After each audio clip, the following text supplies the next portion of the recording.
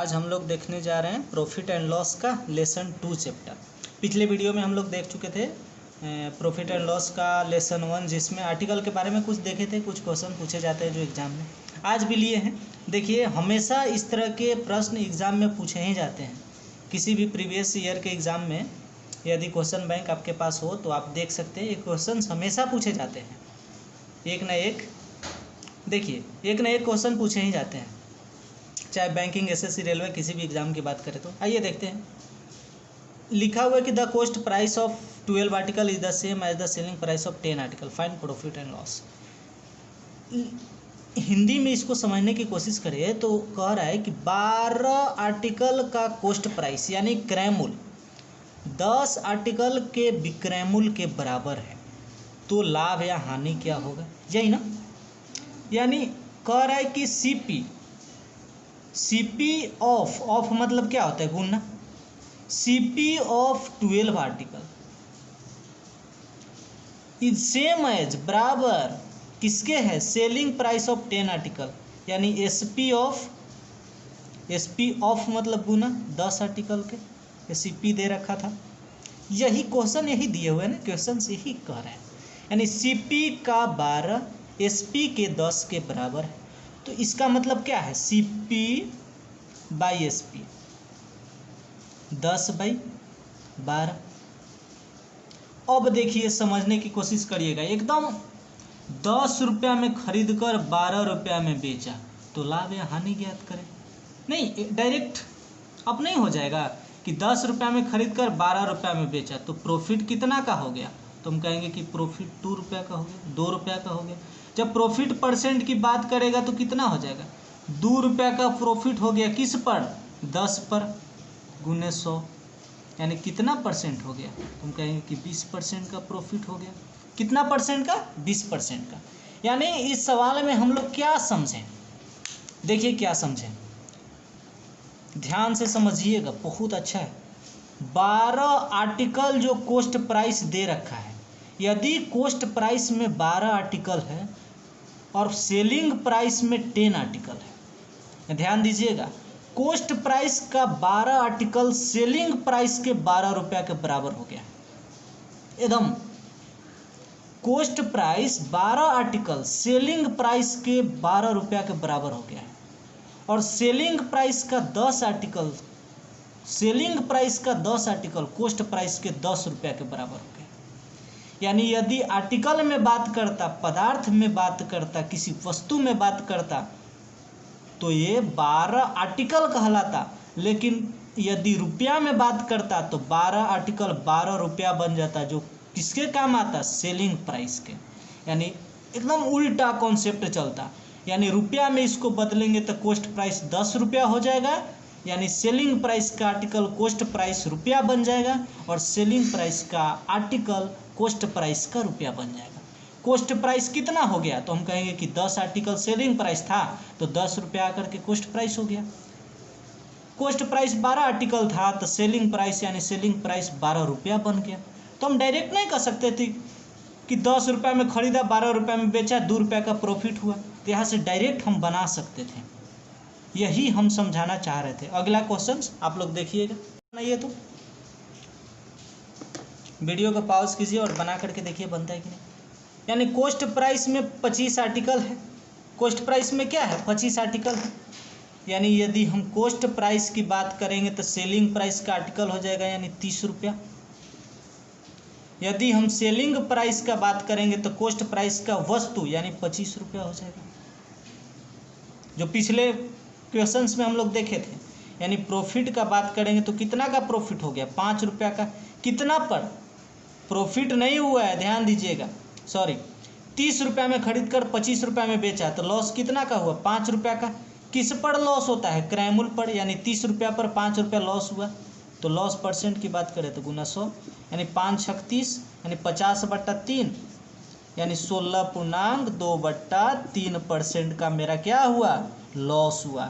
16.2/3% का लॉस हुआ। तीसरा नंबर का क्वेश्चन जो दे रखा है आपके सामने है कि the cost price of 20 article, यानी सीपी ऑफ माने गुना किसके, 20 आर्टिकल के, जो किसके बराबर है, एक्स वस्तुओं के विक्रय के बराबर, यानी एस पी ऑफ एक्स, यही दे रखा है ना। यानी सी पी और एस पी के रेशियो की बात करेंगे तो क्या दे रखा है, x/20, यही ना। एक चीज़ और दे रखा है, एक्स का मान पूछा है और प्रॉफिट परसेंट दे रखा है, यानी पी परसेंट कितना दे रखा है, कितना 25%। यदि 25% को फ्रैक्शन में बदलने की कोशिश करें तो कितना जाएगा, 1/4। अब आप बताइए, नीचे वाला क्या होता है, क्रयमूल, नीचे वाला क्रयमूल। अब बताइए कि 4 रुपया सीपी था तो प्रॉफिट कितना था, 1 रुपया। 4 रुपया सीपी था तो प्रॉफिट कितना था, 1 रुपया। तो एसपी कितना था, तो हम कहेंगे कि एसपी कितना था, 5 रुपया। एसपी कितना था, 5 रुपया। अब बताइए एसपी यहाँ कितना दे रखा है, 20 रुपया, यानी एसपी दे रखा है 5 का मान 20 रुपया। 5 का मान कितना दे रखा है, 20, यानी 4 का मान कितना था, 5 के 20 तो 4 के 16, यानी x का मान कितना था, 16।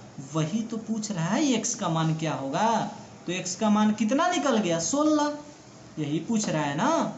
फिर से ध्यान से समझिएगा, CP of 20 article SP of x के बराबर है। प्रॉफिट परसेंट दे रखा है 25%। 25% को यदि हम फ्रैक्शन में बदलने की कोशिश करें तो कितना जाएगा, 1/4, यानी 4 रुपया में खरीद कर 1 रुपया के लाभ पर कितना में बेचेंगे, 5 रुपया में। 5 का मान कितना दे रखा है, 20, यानी 5 का मान 20 तो 4 का मान कितना, 16। 16 क्या है, क्रयमूल, यानी क्रयमूल पूछ रहा था, सीपी का मान x, तो x का मान कितना आ गया, 16, वही पूछ रहे हैं। ठीक है, अगले वीडियो देखिए। ये नेक्स्ट प्रश्न ही नहीं, नेक्स्ट आपका कॉन्सेप्ट भी है। जैसे क्वेश्चंस आपको दे रखा है कि बाई सेलिंग 12 नोट, यानी 12 किताब को बेचने पर विक्रेता को 2 किताब के विक्रय मूल्य के बराबर लाभ होता है, तो उसका लाभ प्रतिशत ज्ञात करें, यही दे रखा है। यानी 12 किताब को बेचने पर, ठीक है, 2 किताब के विक्रय मूल्य के बराबर लाभ होता है। तो मान लेते हैं कि 12 किताब जो हम बेच रहे हैं, 12 बुक जो हम बेच रहे हैं, वो मान लेते हैं कि 12 रुपया में बेचें, कुछ भी मान लेते हैं, 12 को 24 रुपया में बेचें, 36 रुपया में बेचें, कुछ भी मान सकते हैं, आपको जो मर्जी सो मान सकते हैं। हम मान लिए कि 1 रुपया की दर से बेच रहे हैं, यानी 12 बुक को 12 रुपया में बेचेंगे।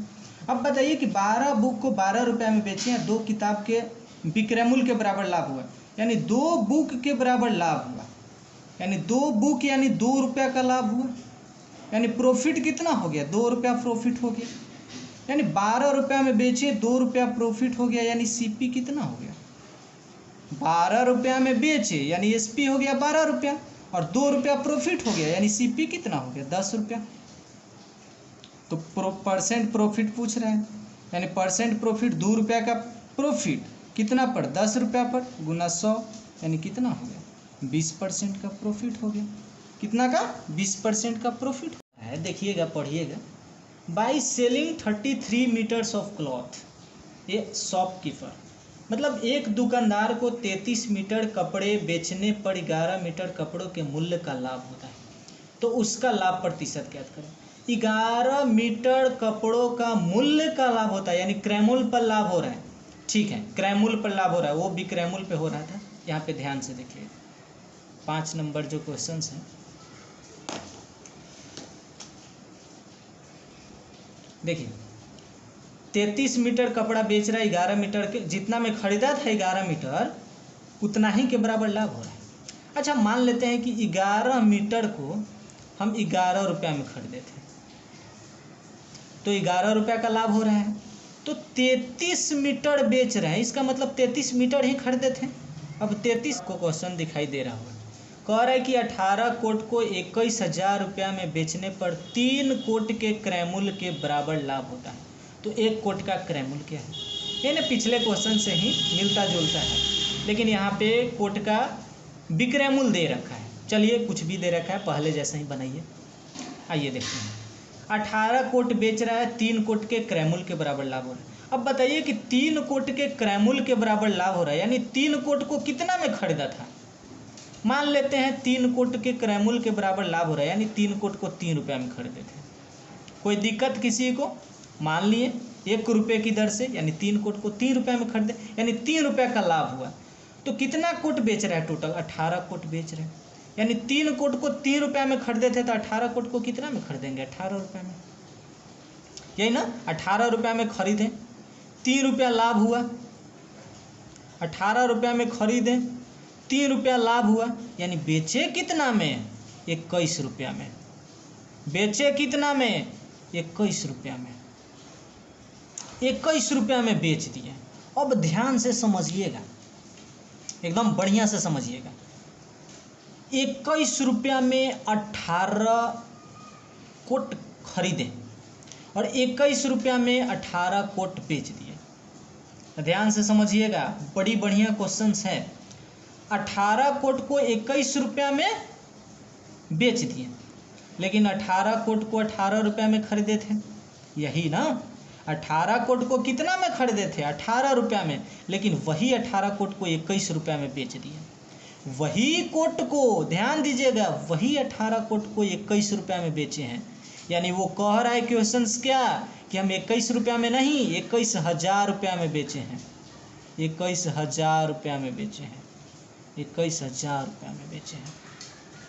कितना में बेचे हैं? 21,000 रुपया में बेचे हैं। 21,000 रुपया में बेचे हैं।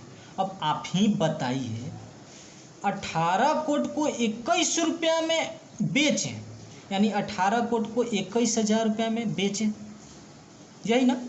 3,000 रुपया का लाभ हुआ, यानी 3 कोट के बराबर लाभ हुआ। यानी कितना में खरीदे थे? कितना में खरीदे थे? तो हम कहेंगे कि 18,000 रुपया में खरीदे थे। क्या 18 कोट को 21 रुपया में बेचें, लेकिन वही 18 कोट को हम 18 रुपया में खरीदे थे। 3 कोट के बराबर लाभ हुआ, यानी 3,000 रुपया का लाभ हुआ। तो कितना में खरीदे थे? 18,000 रुपया में खरीदे थे। कितना कोट को? 18 कोट को। यानी 1 कोट का क्रय मूल्य कितना हो गया? 1 कोट का क्रय मूल्य कितना हो गया? 18 कोट का 18,000, तो 1 कोट का 1,000 रुपया।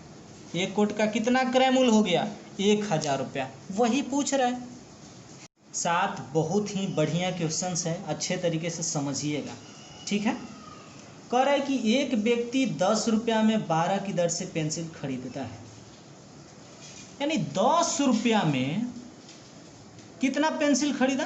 12। क्या खरीदा? खरीदा। क्या किया? खरीदा, सीपी है। 10 रुपया में 12 पेन खरीदा, और वही कह रहा है कि 12 रुपया में 10 पेन बेच दिया, यानी 12 रुपया में कितना? 10 पेन बेच दिया, यानी एसपी दे रखा है। ध्यान से समझिएगा, यही कह रहे हैं ना। देखिएगा यहाँ पे कि न रुपया बराबर है न पेन बराबर है। पहले तो हम लोग देखते थे कि रुपया में 12 की दर से खरीद कर रुपया में 6 की दर से बेचती, यानी वहाँ पे रुपया सेम रहता था, 1 रुपया रहता था, लेकिन यहाँ पे रुपया सेम नहीं है। या फिर दूसरा क्वेश्चन देखते होंगे कि एक टेबल को 10 रुपया में खरीद कर उसी टेबल को 12 रुपया में बेचती है, यानी वहाँ पे टेबल था, सेम था, लेकिन यहाँ पे दोनों में से कोई सेम नहीं है। किसी एक को सेम कर दीजिए। तो किसी एक को सेम करने की जब बारी आएगी ना, तो हमेशा पेन को, क्वांटिटी को सेम कीजिएगा। यानी 12 पेन को 10 रुपया में खरीदा और 10 पेन को 12 रुपया में बेचा, यानी 10 और 12 का एलसीएम लीजिए, यानी 60। यदि हम 60 पेन को खरीदते हैं, 60 पेन को खरीदते हैं, यानी 5 गुना पेन खरीदते हैं, तो कितना रुपया लगता? 5 गुना रुपया लगता, यानी 50 रुपया लगता। 12 पेन को 10 रुपया में, तो 60 पेन को 50 रुपया में। तो यदि हम 60 पेन बेचते हैं, यानी 6 गुना पेन बेचते, तो 6 गुना रुपया में बेचते, यानी 12 छक 72 रुपया में बेचते। 12 छक 72 रुपया में बेचते। 50 रुपया में 60 पेन खरीदें, 72 रुपया में 60 पेन बेच दिए, यानी प्रॉफिट कितना हुआ? प्रॉफिट कितना हुआ? 50 में खरीदे, 72 में बेचे, यानी 22 रुपया का प्रॉफिट हुआ। किस पर? 50 पर। तो प्रॉफिट परसेंट की बात करेगा, गुना 100, यानी 50 दूना 100, 22 दूना 44% का हमको प्रॉफिट हो गया। 44% का हमको प्रॉफिट हो गया। 8 नंबर जो दिया है वो पिछले ही जैसा क्वेश्चन है, आप लोग बना भी सकते हैं। बनाइए तो पहले 10 अंडा को यानी 10 एग को कितना में 15 रुपया में खरीदा, 15 रुपया सीपी है। और 20 अंडा को 16 रुपया में बेच दिया, यानी 20 अंडा को कितना 16 रुपया में बेच दिया, 16 रुपया में बेच दिया, सेलिंग प्राइस है। तो क्या करना है यहाँ पे, या तो एग को बराबर कर दीजिए या तो रुपया को बराबर कर दीजिए। तो हम लोग क्या सीखे थे कि एग को क्वांटिटी को बराबर करने की कोशिश करेंगे, यानी 10 एग को 15 रुपया में खरीदें तो यहाँ 20 एग है, तो 20 एग को कितना में खरीदे होंगे, तो हम कहेंगे कि 30 रुपया में खरीदे होंगे। 10 एग को 15 रुपया में खरीदे तो 20 एग को 30 रुपया में खरीदे होंगे। 20 एग को 30 रुपया में खरीदे और उसी 20 एग को 16 रुपया में बेच दिए, तो लाभ हुआ कि हानि, तो हम कहेंगे कि लॉस हुआ। कितना का 14 रुपया का, किस पर, क्रयमूल्य पर, यानी 30 रुपया पर गुने 100, यानी कितना हो जाएगा, 1 0 से 1 0 खत्म, यानी 140/3, यानी इसको पूर्णांक में बदलेंगे तो 3 चौके 12 छत्री 18 और 2/3%, यानी 46.2/3%। देखिए 9 नंबर क्या कह रहे हैं, a person bought some pen at the rate of 415 rupees and he sold. मतलब कह रहा है कि एक व्यक्ति कुछ कलम को 15 रुपया में 4 के भाव से खरीदता है। देखिएगा, ध्यान दीजिएगा, 15 रुपया में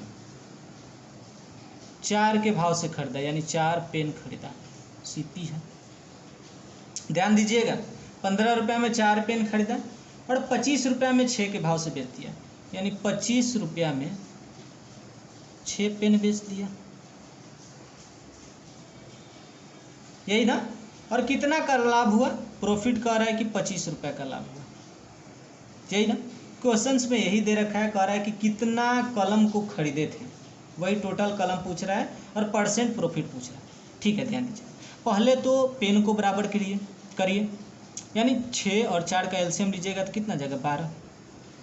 यदि हम 12 पेन को खरीदते हैं, यानी 12 पेन यानी 3 गुना पेन को खरीदते तो 3 गुना रुपया लगता है, यानी 15 या 45 रुपया लगता है, 45 रुपीज़ लगता। और 6 दूना का 12, यानी 12 पेन बेचते तो 2 गुना यानी 50 रुपया लगता, यही ना। अब आप ही बताइए कि 12 पेन को 45 रुपया में खरीदे और उसी 12 पेन को 50 रुपया में बेचें तो कितना का लाभ हो गया, तो हम कहेंगे कि 5 रुपया का लाभ हुआ। कितना का लाभ हुआ, 5 रुपया का लाभ हुआ। 5 रुपया का लाभ कब हुआ, जब 12 पेन खरीदे थे। 12 पेन खरीदे थे तो 5 रुपया का लाभ हुआ। तो 25 रुपया लाभ कमाने के लिए 12 पान 60 पेन को खरीदना पड़ेगा। कितना पेन को खरीदना पड़ेगा, 60 पेन को। 5 रुपया लाभ कमाने के लिए 12 पेन खरीदे थे तो 5 5 25, यानी 25 रुपया लाभ कमाने के लिए 12 5 60 पेन खरीदना होगा। अब बताइए, प्रॉफिट परसेंट निकालने की बारी आएगी तो प्रॉफिट परसेंट बराबर 5 रुपया का लाभ हुआ, किस पर, 45 रुपया पर, गुना 100, यानी 1/9 गुना 100, यानी 11.1/9% का प्रॉफिट हुआ। 11.1/9% का प्रॉफिट हुआ। कितना पेन खरीदे थे, 60 पेन खरीदे थे। 10 जो क्वेश्चंस हैं, a shopkeeper bought some pen at the rate of 16 pens for 25, मतलब कह रहा है कि 16 पेन को 25 के हिसाब से खरीदता है, यानी 16 पेन खरीदता है, 16 पेन खरीदता है, किस भाव से, तो 25 रुपये के भाव से खरीदता है, यानी सीपी है, यही ना। और कह रहा है कि 5 पेन को 12 के हिसाब से बेचता है, यानी 5 पेन को 12 के हिसाब से बेचता है, यानी 12 रुपया के हिसाब से बेचता है, यानी सेलिंग प्राइस है। तो कह रहा है कि 134 रुपया लाभ कमाने के लिए, 134 रुपया प्रॉफिट कमाने के लिए कितना पेन को खरीदेंगे या बेचेंगे। ठीक है, ठीक है, आइए देखते हैं, कोई बात नहीं। अब आप बताइए कि 16 पेन को 25 रुपये में खरीदे तो 5 पेन को 12 रुपये में बेच दिए, यही है ना, यही है ना। तो यदि हम 80 पेन को खरीदते तो कितना लगता, 125 रुपया लगता। 16 पचे 80 तो 25 पचे 125, यानी 80 पेन को कितना में खरीदते, 125 रुपये में। तो 80 पेन बेचेंगे भी तो 5 पेन खरीदे थे 12 रुपया में, यानी 80 पेन बेचेंगे कितना रुपया में, 16 गुना, तो 16 गुना कीजिए, 16 दूना 32 और 16 3 19, 192 रुपया में। समझिएगा, 125 रुपया में खरीदें, 192 रुपया में बेचें, कितना पेन को, 80 पेन को, तो लाभ कितना का हुआ, तो हम कहेंगे कितना का, 9 7 5 12 और कितना, 8 में से 2 गया तो 6, 67 रुपया का। 67 रुपया का लाभ कब हुआ, जब 80 पेन को खरीदे थे, 80 पेन को खरीदे थे तब ना 67 रुपया का लाभ हुआ। तो हमको लाभ कमाना है कितना का, 134 का, यानी 67 रुपया लाभ हुआ 80 पेन पर, तो 134 रुपया लाभ होगा कितना पर, 160 पेन पर, कितना पर, 160, 67 दूना 134 तो 80 दूना 160, यानी 160 पेन, 160 पेन बेचें तो कितना लाभ हुआ, 134 रुपया। 134 रुपया कब लाभ हुआ, जब 160 पेन बेचे। 67 रुपया कब लाभ हुआ था, जब हम 80 पेन बेचे थे। यही समझना था, इतना ही। आइए मिलते हैं अगले वीडियो में, ठीक है। थैंक यू भाई, तब तक के लिए बाय।